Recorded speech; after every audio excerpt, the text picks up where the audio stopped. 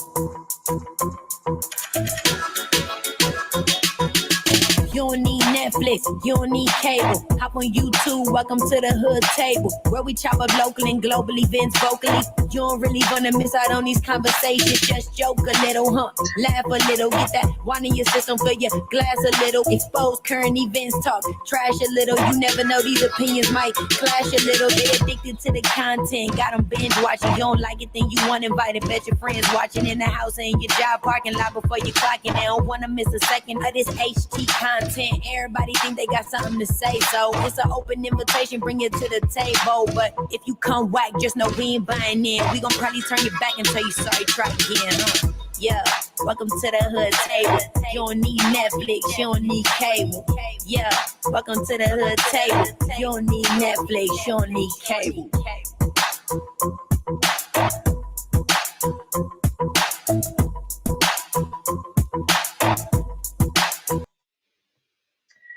Come on in, everybody. What's up? What's going on? What up to all my hoodies? Please come in and have a seat. Get ready for this good old Belle Collector review, season 1, episode 6, and it was titled Sage and Champagne. And make sure you like the video, share the video, subscribe to the Hood Table if you're not already subscribed, please and thank you very much. And also make sure you hit us up on Facebook, Twitter, IG, Stereo, and of course our thehoodtable.com. Thehoodtable.com. Okay, it's actually a real website. Thehoodtable.com. But yeah, you can follow us on any of those websites. And as far as the Facebook, we have a Facebook page, which is public, and we also have a Facebook group. So if you want to join either of those, the public page or the private Facebook group, just look us up on Facebook at the DA Hood Table, just like it says down below, and our little Cash App right here. And Cash Apps, of course, are not required, but they're always appreciated. So if you want to support your girl or support the Hood Table platform, $ the Hood Table 402. And on that note, let's jump right up into this good old review. And as usual, if you have anything to say about the review, the storyline, any of the characters in the show, please feel free to put it in the comment section beneath the beneath the video. And let me take a drink real quick before we get started. You know, these reviews and things could get you a little parched, right? So anyway, on to the review.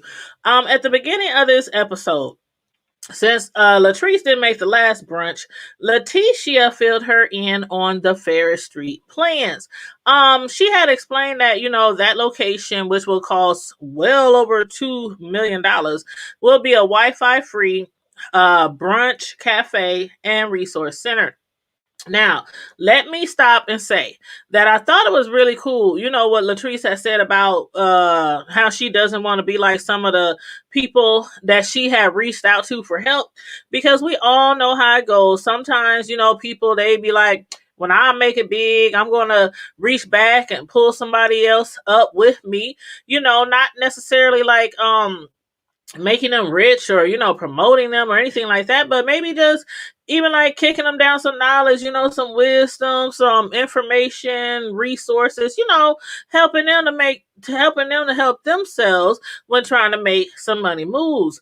But and I say that because it's like so much money out here to be made, and some people just think that they should be the only ones getting a piece of the pie. So because of that, Latrice wants to be one, to look out for others if they come, to her for some knowledge or advice in the industry. And I also agree with Letitia, that when you do make it big, whether it's me, you, somebody else in the community, I think we should always pour back in the community, that raised us, whether it's helping others reach their goal or giving back to things like shelters, Boys and Girls Club, or your favorite charity in your community, things like that. But, that's just me. That's just how I feel. But on the flip side, should Latrice really invest in this project? Especially when Letitia's friend was so disrespectful, to Latrice. And while Letitia claimed that Marie isn't always like that, Somehow, I find that hard to believe. Like, look how Marie not only acted at the first two brunches, but also at Tambra Cherie's birthday party. Need I say more? But y'all let me know if y'all think that was just, Marie just having a little, little thing, she just, in her feelings, these last few, well, dang, it's been like 3 or 4 of the episodes where she was just, okay, anyway. But, Tambra Cherie, let's discuss Tambra Cherie. She has been dealing with, fibroids and, she has had a medical, history that involved dealing with the fibroids and surgeries to remove the fibroids. And unfortunately, on this episode, her doctor found 4 more fibroids that had come back. Now, in the past, her fibroids were found to be non-cancerous. Like some people, they're non-cancerous. So, in this case, I'm hoping the same to be true for the newer fibroids. And this is also one of the reasons why she chose to have some of her eggs frozen. She had mentioned that, a few episodes ago. But as far as her doctor said, when they begin to see fibroids in the size that she has, the chances of miscarriage or premature labor does increase. So therefore, that's another reason why the doctor suggested that she undergoes another surgery to remove the 4 new fibroids. And I was just like thinking to myself, I'm a female, but even still yet as a female, we don't always know everything about a female, even though we are a female. Like when it comes to things like this with fibroids, I really learned a lot just in this short segment, this episode about, fibroids. So I can really appreciate, how transparent some of these reality stars are when it comes to their personal medical issues, not just their lives, but also their medical issues, because it's always somebody out there. Always somebody out there that might be going through the same thing. And I do wish her the best, with her surgery. But as far as Antoinette, you guys, Antoinette. Now, child. First of all, why does Antoinette keep inviting her overly sensitive white homegirl? Why she keeps inviting Karen to all these black events or all black events? Like Antoinette, she said, that she reached out to black doctors, to discuss ways in which they can support and promote upcoming young black doctors in Mississippi, down in the SIP. And not only that, but she also plans to pay for every DAT test for any black HBCU student who is interested in dental school. But after all the black people entered the room, in comes Kayla.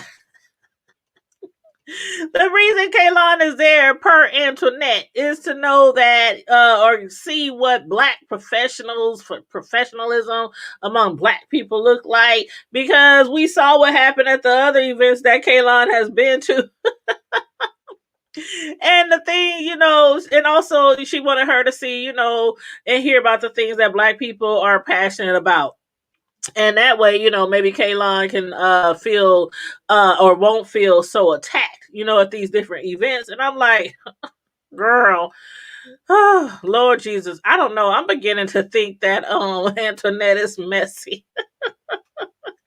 But anyway, I don't know for sure if she is or not, but I do know right away those others had to be thinking, when they saw Kaylon walk in, like, I thought this was supposed to be a meeting of our peers. Ain't this supposed to be something for black doctors to give back to black people, and in comes this white lady? But anyway, Kaylon, she is a nurse practitioner. She is a nurse practitioner. So she is in the medical field, so I can give her that. But she ain't a dental physician, and she definitely ain't black. So again, I don't know why she invited her to that event. But it did go pretty well. It did go pretty well. And as far as their friendship though, let me ask y'all this. How do you guys really feel about her and Kaylon's friendship?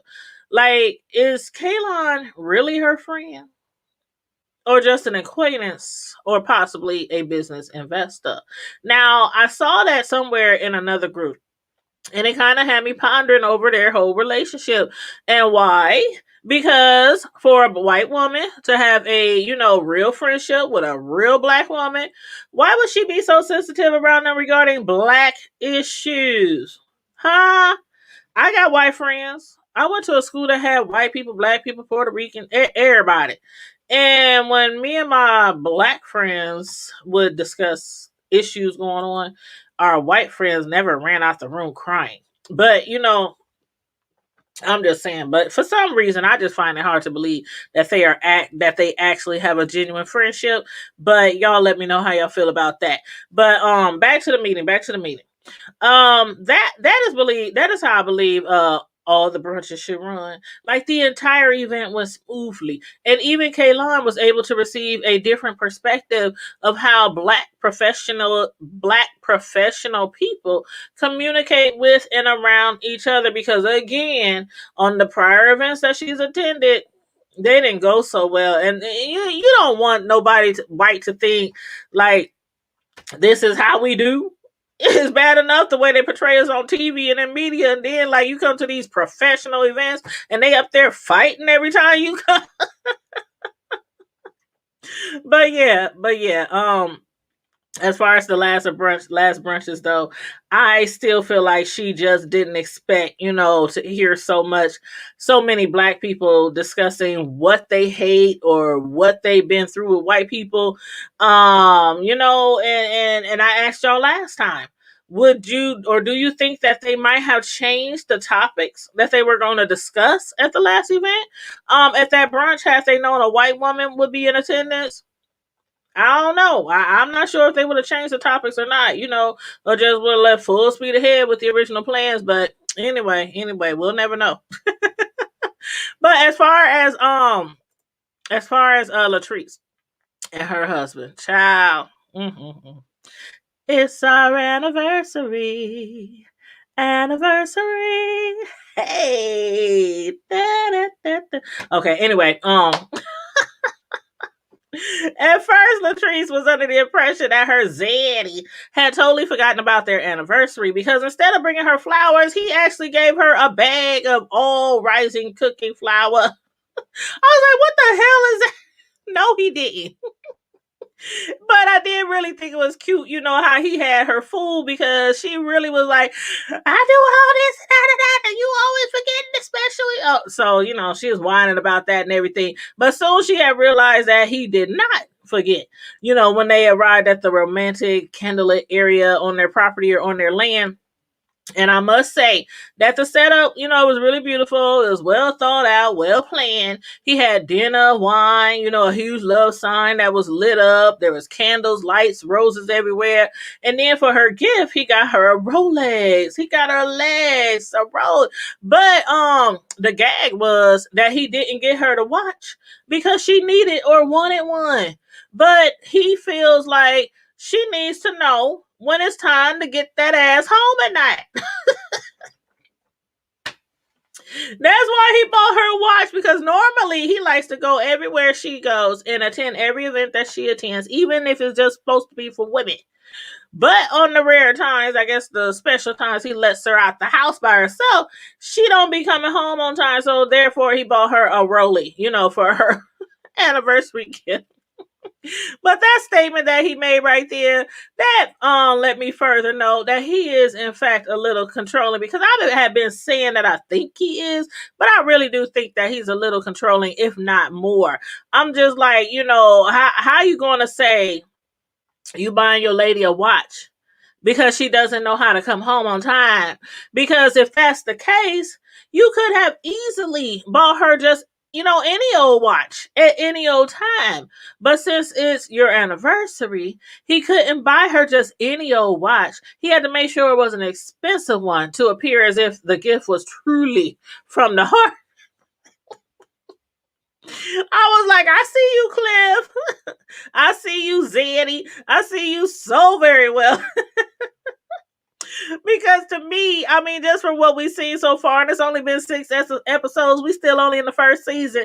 But to me, Cliff is not only controlling and flirtatious with other women, he's also passive aggressive, narcissistic, manipulative. and inconsiderate of Latrice's feelings. So why does she still deal with his old ass? She told us she's never had a male figure in her life that was constantly there for her or that she could depend on from her father on down. So basically, to her, Zeddy is her father figure. Okay? And how do we treat our fathers, ladies? We always want them to look at us like they're beautiful little princes, and we'll do anything for our fathers to feel that way and more about us. I'm just saying. I'm just saying. But yet still, honestly, I don't even see how they are still married. Every time she approaches him about how flirtatious he is with other women, he brushes her off. And when she mentioned how he had asked her, should he get another woman, he accused her of lying and being insecure. But I actually believe her. Am I the only one that believed what she said was to be true? To be factual? I mean, I don't think it was like a sister wife proposal type of thing, but more of a threesome proposal type of thing. But regardless, he jumped up from that table, pissed the hell off, talking about what I don't do is a liar. And again, I don't think she's lying. I think he just didn't expect her to let the world know that what his desires are. Like, he had to be thinking, now what the hell am I going to tell my family and my friends and my coworkers when they see this episode that I'm this type of man to my woman? That's what I think it was. And he probably would have preferred for this scene to be deleted from the show. But because of him being so controlling and manipulative, he had her ass apologizing, begging for forgiveness just to get her damn Rolex back. I was like, girl, you making all that money, slanging all that hair, buy your own damn Rolex. Shit, I wish I would. And then she was like, what did I lie about? What did I lie about, Zeddy? What did I lie about? She said, if you're gonna leave, just leave. And if his ass didn't jump up into that golf cart and leave her ass standing there all alone in that field, surrounded by all them damn candles. Like, first of all, is she supposed to blow out all them damn candles by herself? He just left her standing there, her and the camera crew in the middle of the field with a bunch of candles. And then for her to turn around and basically put together her own romantic rose petal strewn candlelit dinner for him, and Latrice even outdid him. She done hired a whole staff, including masseuses, musicians. She did all that because of the fact that he was upset because she called him out on his shit on television. And once again, I believe that he really said that shit. But after he done snatched, her Rolex back and abandoned her ass in the middle of the field, this girl done wrote a long apology and everything. I was like, are you freaking kidding me? Girl. And then after she basically spills her guts to him and apologizes and lays herself down at his feet down there, then he tells her, everything you did here was all good, but in the future, remember that words hurt. So my question is, flirting with all type of women, including her friends, and asking your wife, should you get another woman? That don't hurt. Mm, let me know something. Let me know something. But in the end, she got her Rolex back. She got her Rolex back. And I guess that's all that mattered. But moving right along to Marie. Now Marie, she was at Happy Land, I think she called it Happy Land, with her oldest son and a few of his many children. She had got there, before her son was due to arrive. But what she did not expect was for her husband Cedric to show up. I think that's his name, Cedric, Derek, something like that, Frederick, something like that. And evidently, he still hasn't been coming home. Now, don't forget, that her husband, he also has his own crib. So when they are arguing or having a disagreement, he just ups and leaves and heads over to his other place or his other house. And yet again, when it comes to Marie, I love how some of these reality stars are so open and transparent with their personal medical issues. Tamara, she's dealing with fibroids. Marie, she's dealing with lupus. And while at the Happy Land place, Marie was expressing to her oldest son that she really needs him to step up to the plate. She really needs him to start taking care of his football team maturing. And not only that, but being that she's unsure, because she has lupus, and I have family members with lupus, and they are on disability, they can't work at all. They can't work at all. So, she's unsure if one day, lupus might be the reason that she can't work. And he is the oldest child, might need to step in and step up and help run her business. She got big dreams for him. And one of them including, him finishing college, getting a degree. I'm sure he probably wants to play professional basketball, but you always need something to fall back on. So she wants him to get that degree, just in case he needs to help with the family business, because she sure ain't about to leave it to her husband, who can't seem to find his way home at night. But even if her son doesn't end up helping out, with any of Marie's 10 businesses, that degree can still help him, take care of his football team again.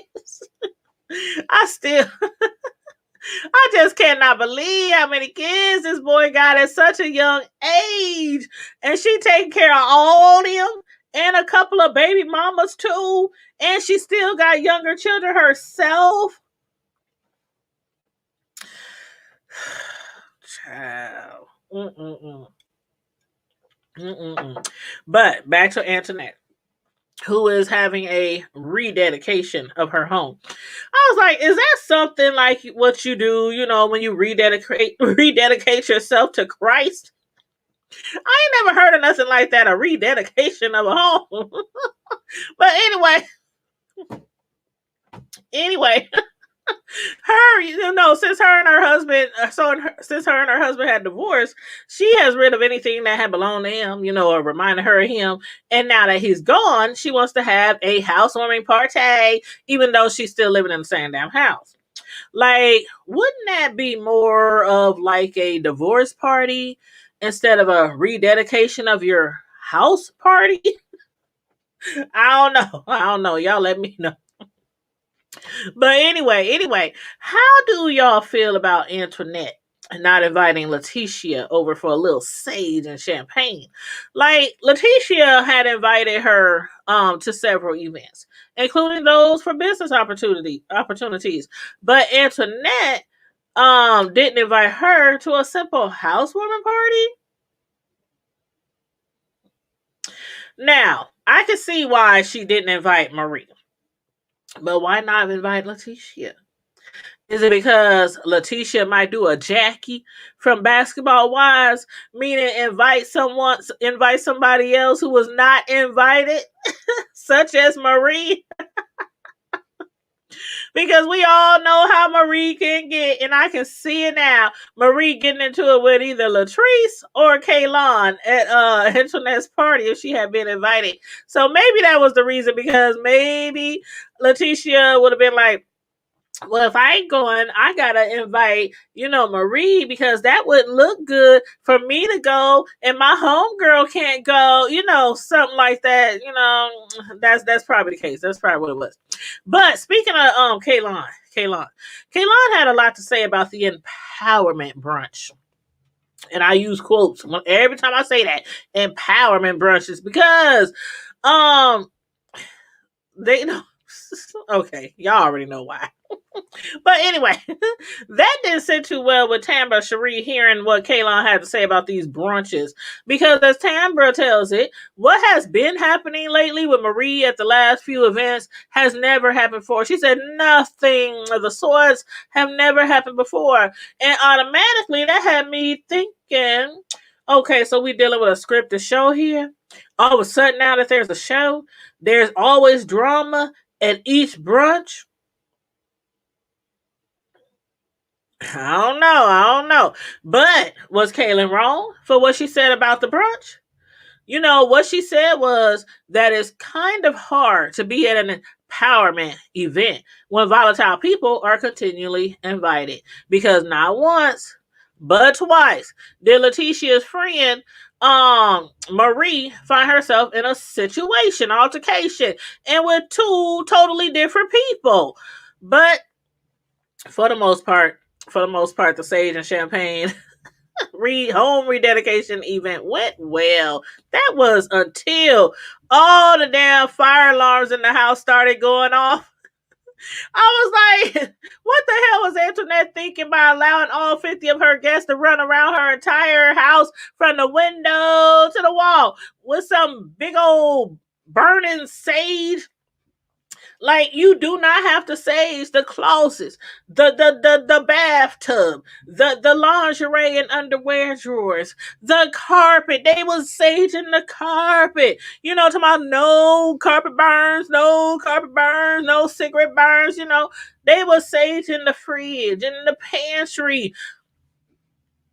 I was like, I know y'all weren't surprised. Y'all couldn't have been surprised that the house was about to burn the hell down. Every alarm in the house was going off. They up there.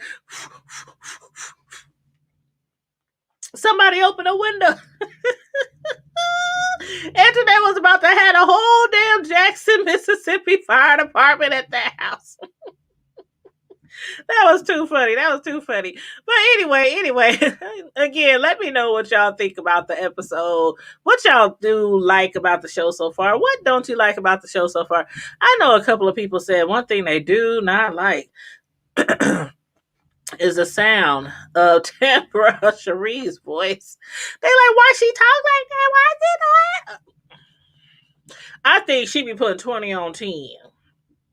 I really think, Tambra, as far as her voice and stuff, I think she'd be putting 20 on 10. But that's just me. Y'all let me know what y'all think. And again, make sure y'all like the video, share the video, subscribe to the Hood Table if you're not already subscribed. And of course, follow us on Facebook, Twitter, IG, Stereo, and the hoodtable.com website. And on that note, stay safe, be blessed, remain vigilant, and always, always, always keep it hood. Bye.